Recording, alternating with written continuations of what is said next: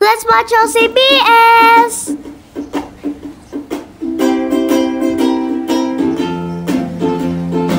Tara!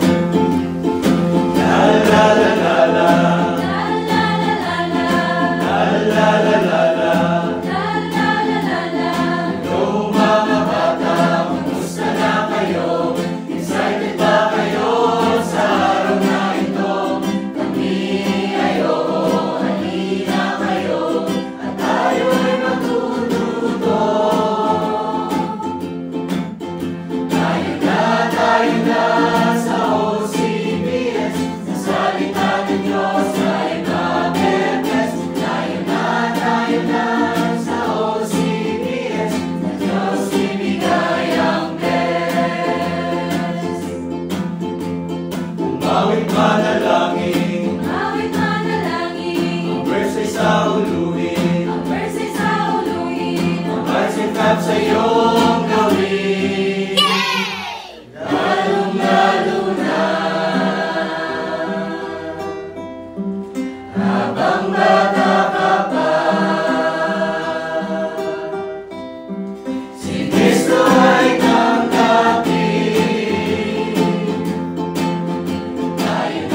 tayo na sa OCBS, sa salita ng Diyos ay mabe-bless. Tayo na sa OCBS, sa Diyos ibigay ang bless.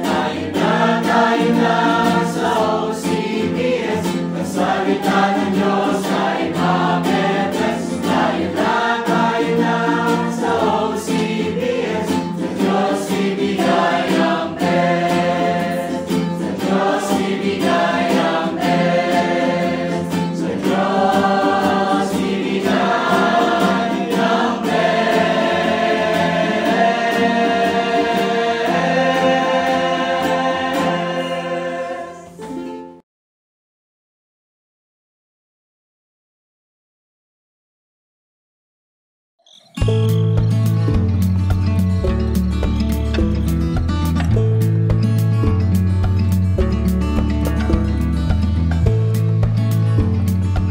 Okay, let's sing the song, Give Me Oil in My Lamp. Ready? Sing.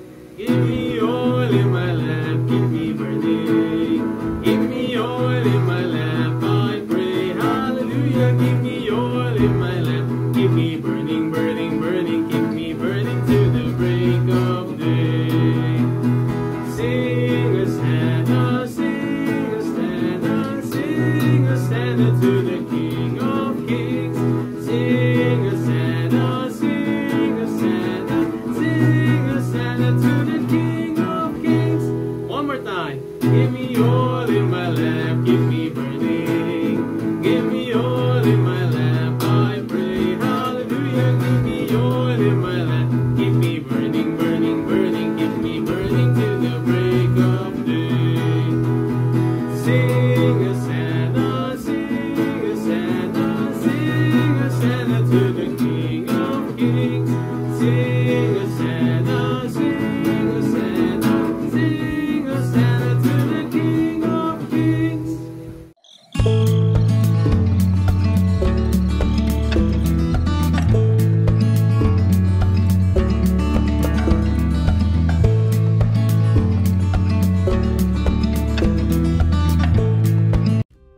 OCBS Storytelling! Hi kids, it's me again, Kuya MJ. Have you heard of the parable of the Good Samaritan? If you have your Bible with you, you can read it in Luke chapter 10, verse 25 to 37. But we will be talking about it today, and we will find out what it means to be a good Samaritan. But before we begin with the story, what should we do first? That's right, pray. We will be asking God for guidance throughout this video. So let us all close our eyes and bow our heads and feel the presence of the Lord as we pray. Lord God, our loving and mighty Father, thank you po for the privilege to hear and study your word. Lord, thank you po for all the blessings that you have given us. Lord, give us focus and patience as we study your word today. May we gain wisdom to understand it and conviction to practice it in our personal daily life. Lord, all of this we pray in the name of our Lord and Savior, Jesus Christ. Amen. Before we begin with the story, just a little disclaimer, kids. The characters in this video are merely drawings and are only representations of real people from the Bible, whose appearances are not confirmed or known. These illustrations do not show their real appearance.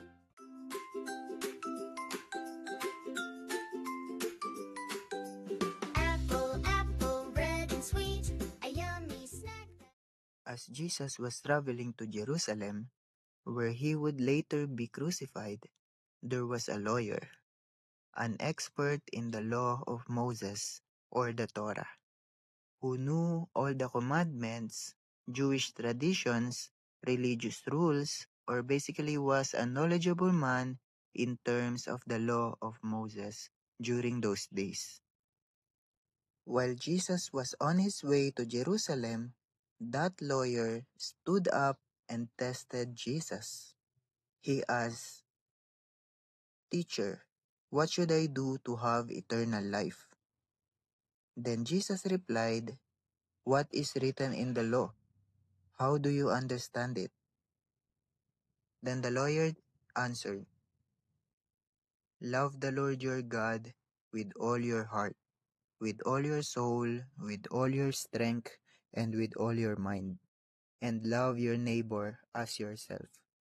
Then Jesus said, "That is correct. Do this and you will live." But the lawyer wanted to justify himself, so he asked, "And who is my neighbor?" So Jesus told him the parable of the Good Samaritan. A man was traveling from Jerusalem to Jericho when he was attacked by robbers. Then they took everything that he had and beat him until he was almost dead. A priest happened to be walking the same way, but when he saw the injured man, he ignored him and moved to the other side of the road. Then a Levite came by and saw the injured man too, but he also ignored him and went to the other side of the road, leaving the injured man helpless. But then a traveling Samaritan saw the injured man and helped him. He covered the injured man's wounds and poured oil and wine on them to clean them. Then he put the man on his animal and brought him to an inn and took care of him there. The next day he took out 2 denarii, a Roman silver coin, and it's 2 days' worth of the usual salary of a common worker. He gave them to the keeper of the inn and told him, "Take care of him, and if you spend more on taking care of him, I will pay you when I come back again." Then Jesus asked the lawyer, "So which of the 3 do you think was the neighbor to the injured man?" The lawyer answered, "He who showed mercy on him." Then Jesus said, "Go and do the same thing." Wow, how kind and generous that Good Samaritan is. Jesus tells us to live like the Good Samaritan, willing to use our own resources, like his oil and wine, to help people in need. He let the man use his animal and brought him to a good place to rest. He also took care of the injured man and even used his own money to help him. Unlike the priest and the Levite who ignored the injured man, we should always be willing to give people what they need if we have the ability to do it. Now, being generous is not just simply giving money or food, but showing willingness to give something you have to those who are in need. It could be your time, your presence, your care, your love, or anything that you can give without expecting anything in return.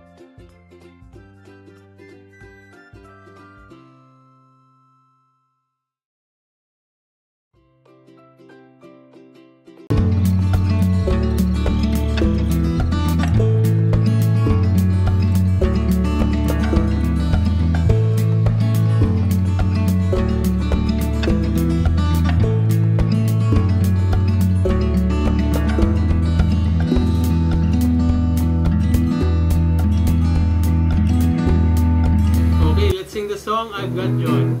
I've got joy. Ready? Sing. I've got joy down in my heart. Deep, deep down in my heart. J-O-Y down in my heart. Deep, deep down in my heart. Jesus gave it to me, and no one can destroy it. Destroy, destroy, destroy. Oops, I've got joy down in my heart. Deep, deep down in my heart. One more time. Yeah.